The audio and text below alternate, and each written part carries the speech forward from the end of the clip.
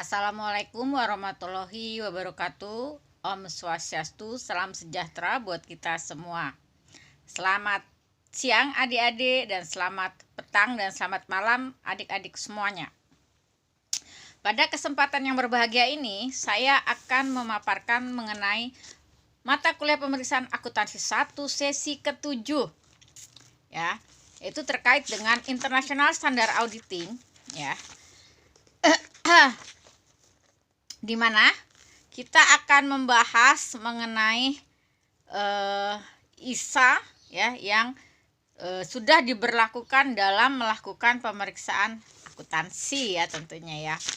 Nah, adapun ISA yang terkait itu adalah ya ISA nomor 250, yaitu yang terkait dengan consideration of law and regulation in audit of financial statement. Nah, itu terkait dengan pertimbangan hukum dan ketentuan perundangan dalam suatu audit laporan keuangan. Apa yang harus kita pertimbangkan? Tentunya terkait dengan perolehan bukti audit, itu harus cukup dan tepat ya. Terkait dengan kepatuhan hukum dan ketentuan perundangan secara umum. Dan tentunya pengungkapan ya, disclosure dalam laporan keuangan tentunya ya. Kemudian pelaksanaan prosedur audit itu harus membantu mengidentifikasikan ketidakpatuhan yang bagaimana dan kepatuhan yang seharusnya bagaimana, dan berdampak material atau tidak terhadap laporan keuangan yang kita audit. Dan kita harus mampu menanggapi secara tepat ketidakpatuhan dan kepatuhan atau dugaan ketidakpatuhan terhadap hukum dan ketentuan perundangan yang berlaku. Nah, jadi yang non-compliant sebagai kelalaian tidak berbuat atau omission atau perbuatan commission entitas disengaja atau intensional atau tidak disengaja unintentional yang bertentangan dengan hukum, undang-undang ya, dan ketentuan perundangan lainnya. Nah, itu terkait dengan International Standard Auditing 250. Kemudian terkait dengan International Standard Auditing 402 itu terkait dengan audit consideration relating to an entity using a service organization. Nah, itu terkait dengan pertimbangan audit berkenaan dengan entitas yang menggunakan organisasi pemberi jasa, di mana memberikan suatu arahan atau pertimbangan terkait dengan entitas menggunakan organisasi sebagai pemberi jasa, yaitu terkait dengan jasa outsourcing contohnya dalam kegiatan pemrosesan keuangan, contohnya masalah penggajian atau payroll services, penjualan melalui internet atau digital sales atau digital marketing. Kemudian jasa-jasa teknologi informasi seperti IT services. Kemudian pengelolaan aset-aset manajemen, jasa pergundangan dan lain sebagainya. Kemudian jasa tata buku bookkeeping services mulai dari proses transaksi, catatan sampai penyusunan laporan keuangan. Dan itu harus kita identifikasikan dengan baik ya. Karena menjadi relevansi dalam audit laporan keuangannya tentunya itu akan diidentifikasi sebagai entitas pengguna organisasi pemberi jasa ya. Dalam ISA 402.7 juga menetapkan tujuan auditor berkenaan dengan audit laporan keuangan ya. Itu adalah tentunya untuk apa? Tentunya untuk memperoleh pemahaman yang cukup mengenai sifat dan pentingnya jasa yang diberikan oleh organisasi pemberi jasa tersebut. Kemudian merancang dan melaksanakan prosedur audit yang pasti dan tanggap terhadap resiko-resiko yang tidak pasti ya. Jadi auditor di situ dituntut untuk lebih memahaminya lebih tajam ya. Tidak sekedar membuat audit prosedur, tetapi lebih didalami lagi ya, bagaimana resikonya, bagaimana nanti efek daripada setelah kejadian ya, setelah kejadian pada saat kita melakukan audit. Nah, itu harus resiko audit, efek daripada prosedur audit itu kita juga harus pelajari dan kita telaah supaya tidak terjadi benturan kepentingan dan hal-hal yang kita tidak inginkan tentunya. ISA 501 terkait bukti audit pertimbangan tertentu untuk topik pilihan ya. Nah, ini terkait sebenarnya audit evidence specific consideration for selected items. Jadi itu adalah buktinya itu harus dikendalikan dan teridentifikasi dengan baik ya. dan journey clear ya, clear and clean gitu ya istilahnya ya. Jadi eksisten dan kondisi seperti contohnya stok opnam, persediaan, fixed asset. Nah, jadi pada saat kita melakukan identifikasi khusus terkait stok ya, pemeriksaan secara fisik itu harus jelas ya, tidak sembarang.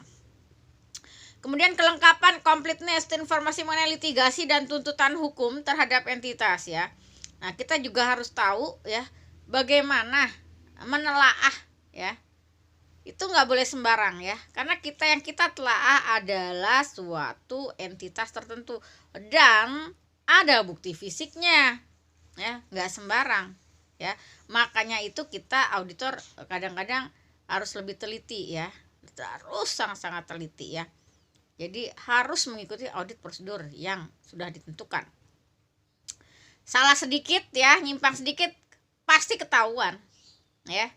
Nah, berarti dia tidak berjalan dengan mengikuti prosedur yang ada misalnya. Kemudian penyajian pengungkapan informasi juga harus sesuai dengan kerangka pelaporan keuangan. Ya, itu harus mengikuti standar akuntansi. Bagaimana cara-caranya prosedur audit dilakukan? Nah, itu mengikuti tahap-tahapan prosedur yang sudah ditetapkan ya. Bagaimana laporan keuangan disusun, itu juga harus sesuai dengan standar akuntansi. Jadi kita periksa udah sesuai belum dengan ketentuan standar akuntansi keuangan yang berlaku gitu ya. Jadi mengamati, mengikuti prosedur dan mengamati dan mengikuti standar akuntansi keuangan ya. Karena bisa saja terjadi, wah ini salah saji material karena tidak sesuai, melanggar standar ketentuan akuntansi yang berlaku misalnya, ketahuan ya, setelah dicek asal-asalan gitu ya, formatnya nggak sesuai ya, kemudian penyajiannya juga nggak sesuai ya, itu udah salah saji material ya. Jadi tidak sesuai dengan standar akuntansi keuangan yang berlaku. Dan tentunya banyak hal-hal yang ditemukan dalam proses pemeriksaan. Untuk ISA 501.4, kewajiban auditor menghadiri perhitungan persediaan oleh entitas kliennya. Artinya apa? Kita disaksikan oleh klien kita. Jadi auditor menghitung nih fisik persediaannya berapa, bahan baku berapa, dalam proses berapa, yang sudah jadi finish good berapa. Itu kita dihadirkan oleh saksi. Saksi itu dari pihak klien. Misalnya nih kita ditugaskan 2 orang. Ya, 1 supervisi, 1 senior auditor melakukan stok opnam atau cek fisik persediaan atau aktiva tetap dalam satu klien. Nah, kliennya juga harus menghadirkan perwakilannya. Kita tidak pihak auditor aja, tetapi pihak klien pun harus hadir menyaksikan ya. Jadi kebenaran data itu benar apa enggak, akurat atau tidak, sesuai atau tidak penyajiannya ya, fisik dengan cek fisik dengan yang di note yang sudah dibukukan sesuai atau tidak gitu. Kalau tidak sesuai dikoreksi, namanya temuan, namanya koreksi audit ya. Nah, itu yang nanti akan disesuaikan dalam laporan worksheet daripada laporan pemeriksaan akuntansi, dalam laporan keuangan neraca lajur ya, neraca lajur audit yang sudah diperiksa tentunya. Kemudian evaluasi instruksi dan prosedur yang telah ditetapkan, mengamati pelaksanaan prosedur yang sudah ditetapkan dan menginspeksi persediaan kecukupannya fisiknya betul apa tidak, dan melaksanakan penghitungan secara sampling tentunya ya. Kalau persediaannya banyak banget itu gimana? Contohnya nih, contoh ngaudit lagi Indofood, itu stoknya banyak banget, itu gimana hitungnya? Kardusnya taunya dalamnya ada kardus kosong, tembak coba bread gitu ya, 1, wah jatuh semua, akhirnya yang dilihat kardus kosong, kelihatan tumpengnya banyak. Ada yang begitu ya, bisa aja ada ya. Nah, itu kan manipulasi ya. Pada saat lihat pensortirannya ada kardus kosong apa enggak gitu ya, wah ini penipuan publik nih, waduh kardus kosong, emang salah. Jangan kardus kosong, diperiksa kardus yang ada isinya ya, ada fisiknya. Jangan lihat kardusnya doang, buka fisiknya satu-satu. Ini bener nggak gudang penyimpanan stok Indomie persediaan gitu ya, ternyata kok ini kosong semua kardusnya. Lah itu kardus emang kardus bagian gudang kardus, stok kardus, bukan stok kardus yang ada Indominya. Yang stok kardus ada Indominya ada lagi di gudang satunya lagi. Nah, jangan salah kayak gitu ya. Udah bikin laporan kardusnya kosong semua, lah memang salah. Yang di stok itu kardus, bukannya stok Indomie yang kardus yang ada Indominya. Yang stok itu kardus yang berisi Indomie ya, bukannya kardusnya doang. Contohnya begitu ya. Nah, itu seperti itu. Kalau kerat Coca-Cola itu kelihatan kan ada minumannya. Tapi kalau dari jauh keratnya doang, kerat itu ada isinya nggak Coca-Colanya gitu ya. Kerat yang ada isi Coca-Colanya yang dihitung, ya. Bukan yang keratnya doang kosong, mau ngitung apa, ngitung itunya doang keratnya tapi tanpa ada botol Coca-Colanya ya. Jadi itu harus teliti ya. Nah, informasi lain terkait dengan litigasi dan tuntutan hukum terkait ISA 501.9, yaitu kewajiban auditor untuk merancang dan melaksanakan prosedur audit untuk identifikasi litigasi dan tuntutan hukum terhadap entitas yang dapat menimbulkan resiko salah saji material ya. Jadi kita harus mempelajari risalah rapatnya ya, ada pembaharuan atau tidak ya, ada pernyataan keputusan rapat yang baru atau tidak ya, dan mereview akun-akun yang terkait dengan biaya-biaya legal ya, seperti legal hukum ya, notaris dan lain sebagainya, itu terkait dengan hukum ya, pembebasan tanah dan lain sebagainya gitu ya, itu hukum ya, litigasi ya. Nah, kemudian auditor juga tidak boleh memperoleh bukti audit yang cukup dan tepat mengenai melakukan audit alternatif. Jadi auditor tidak dapat memperoleh bukti seenaknya ya. Itu harus absah. Sumbernya dari mana nih? Dokumennya dibuat-buat apa dokumen original? Ya, harus original. Ya, keasliannya dokumen, ya. Dokumen bisa aja dibuat-buat ya enggak? Namanya pemalsuan. Itu pidana. Ya, pidana, enggak boleh. Ini original apa enggak? Sama aja kayak uang palsu. Kan banyak tuh cetak uang. Enggak, ini uang palsu apa enggak nih? Uang banyak banget. Ternyata uang palsu yang beredar, kan kacau, udah musim begini, dolarnya, rupiahnya menurun, uang palsu yang banyak beredar, tambah gawat ya enggak. Nah itu ya, nah itu harus diperhatikan seperti itu ya. Kemudian audit laporan keuangan terhadap perusahaan itu juga tidak sembarang ya. Jadi harus melihat komponen ya, komponen auditornya, komponen manajemennya ya, kemudian komponen materialitinya ya. Jadi semua opininya yang akan dikeluarkan tuh seperti apa ya. Jadi semuanya itu tidak sembarang ya. Jadi menggunakan teknik-teknik tertentu untuk menghindari segala faktor fraudulent atau kecurangan ya. Tenaga ahli pun begitu, menggunakan tenaga ahli ya. Karena definisi dari tenaga ahli itu adalah auditor expert. Artinya dia expert seorang atau suatu organisasi yang memiliki keahlian expert dalam suatu bidang di luar accounting atau auditing, yang pekerjaannya dalam bidang tersebut digunakan auditor atau dalam suatu kantor akuntan publik ya, untuk membantu memperoleh bukti audit yang cukup dan tepat. Jadi seorang auditor expert bisa berasal dari KAP atau networkingnya, jaringannya, disebut auditor internal expert juga, atau audit berasal dari luar atau auditor eksternal expert ya. Kalau seperti saya bisa nggak dipekerjakan sebagai internal auditor? Bisa. Sebagai external auditor, apalagi saya background dari kantor akuntan publik. Jadi dua-dua pekerjaan ini saya bisa lakukan nggak? Bisa banget ya.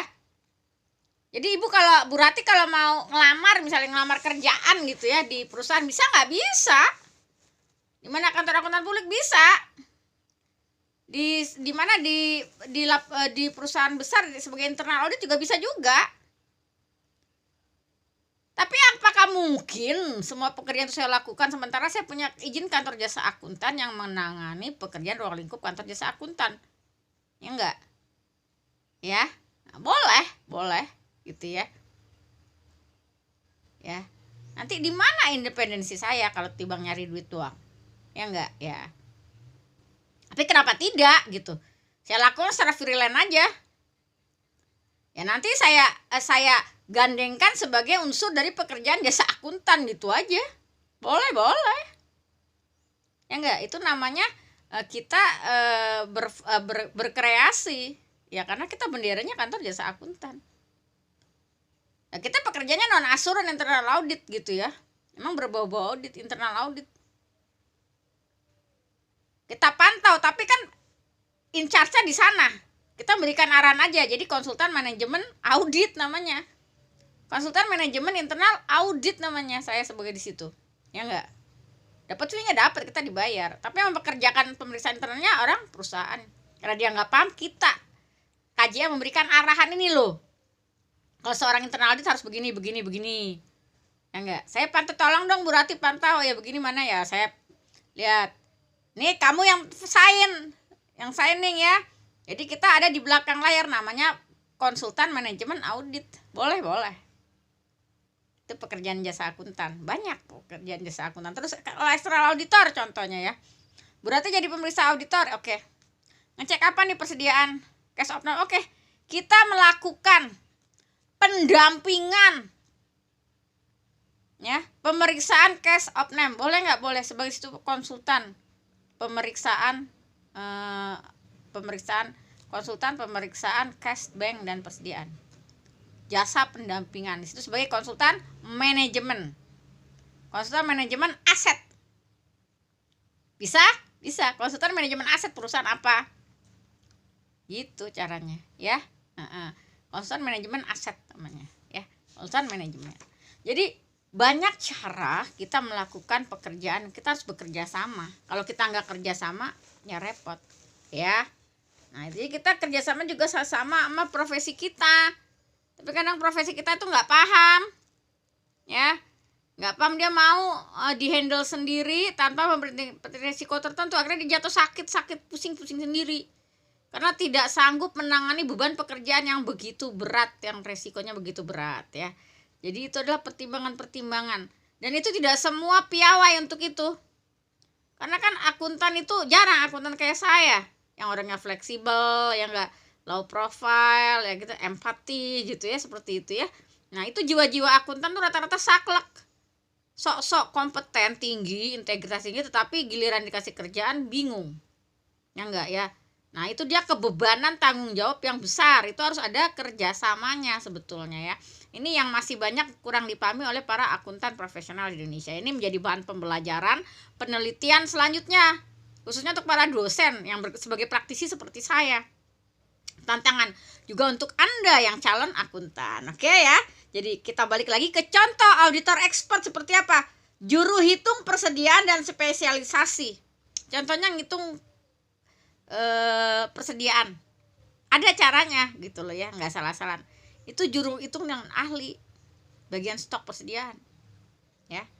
Kemudian menilai aset suatu tanah, bangunan, pabrik, pekerjaan seni yang berharga, precious stone atau inventory atau instrumen keuangan yang rumit lainnya. Nah ya, itu kan banyak kerjaan. Nggak mungkin satu orang karena dia ingin pengen, itu fee-nya gede banget 1M, udah deh saya kerjain sendiri. Itu saking rakusnya ya. Jadi nggak ngeliat kiri kanan, akhirnya dia ketiban ngambil pekerjaan yang risikonya besar. Itu kerjaan yang besar banget. Tapi dia mau handle sendiri. Bener apa salah tuh kayak gitu ya? Nah, itu sebenarnya salah, keliru ya. Dia tidak melihat beban daripada resiko dan tanggung jawab pekerjaan. Mestinya dibagi. Ya enggak? Kerjasama, jangan serakah. Kalau kayak gitu ya akhirnya rugi secara ini ya, kempes akhirnya. Kualitas kinerjanya juga bagus enggak bagus ya. Nah, itu yang jadi untuk mengukur expert tidaknya itu adalah ada teamwork juga, nggak bisa kerja sendiri. Kalau auditor harus kerja tim.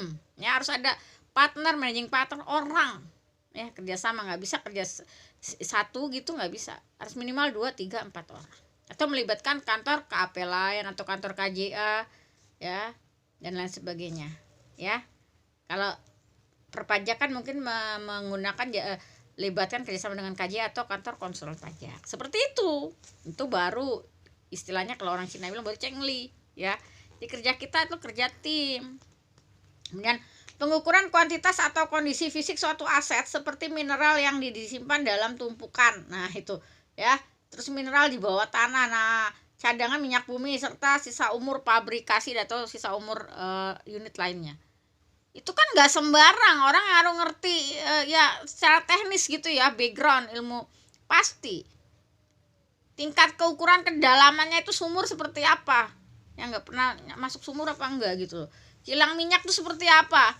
Ya enggak. Kalau akuntan doang nggak ngerti lapangan, itu nggak, mustahil dan mustahil bisa ngitung situ, apalagi dia nggak mau ngelihat fisiknya apanya begitunya gitu ya. Cuma nerang-nerang gitu ya nggak bisa. Ini jasa pemeriksaan fisik loh. Kita datang langsung loh ke lokasi. Ya. Kalau lokasinya serem ya harus tetap kita datengin. Nah, makanya kalau auditor nyari auditor yang powerful artinya secara mentality dan dia punya keilmuan tinggi. Ya enggak? Tidak saja bidang ilmu akuntansi auditing, tapi dia memang punya powerful. Contoh dia tahan kepada tekanan-tekanan dari lingkungan sekitar yang kelihatannya itu tidak Anda lihat gitu ya. Dia harus tahu. Jadi imannya harus tinggi gitu ya, kalau bisa punya ilmu-ilmu yang istilahnya spiritual. Ya, yang deketnya sama Tuhan, deket banget gitu loh ya. Dia bisa ngalahin makhluk-makhluk yang nggak kelihatan gitu, kayak makhluk halus gitu kan. Banyak godaannya kalau auditor ya, apalagi kalau di tengah hutan. Karena jujur saya pernah merasakan ya, ketempelan lah istilahnya. Itu kan makhluk halus ya, roh-roh halus. Nah itu harus tahan yang kayak gitu. Kalau nggak tahan ya pasti sakit. Makanya banyak auditor yang nggak kuat ya, karena banyak kendala itu. Makanya ilmu seperti kanuragan itu harus punya sebetulnya ya, mau laki mau perempuan. Kemudian ilmu non spiritualitas gitu ya, yang bisa nerawang yang kira-kira ada kejahatan di sini. Dia harus bisa punya feeling yang tinggi, sensitif terhadap, dia punya empati, dan dia punya punya naluri, dia punya jati diri yang tinggi. Jadi dia punya istilahnya, kalau ada orang jahat aja dia udah tahu gitu ya, ada orang curang dia udah tahu, deteksi ya, punya ilmu-ilmu seperti itu ya, pengetahuan supranatural yang tinggi. Nah, ada pembelajarannya tentunya ya. Nah, kebetulan saya pernah belajar, jadi saya tahu gitu ya.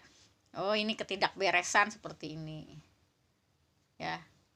Oh, ini ada unsur kecurangan seperti ini ya.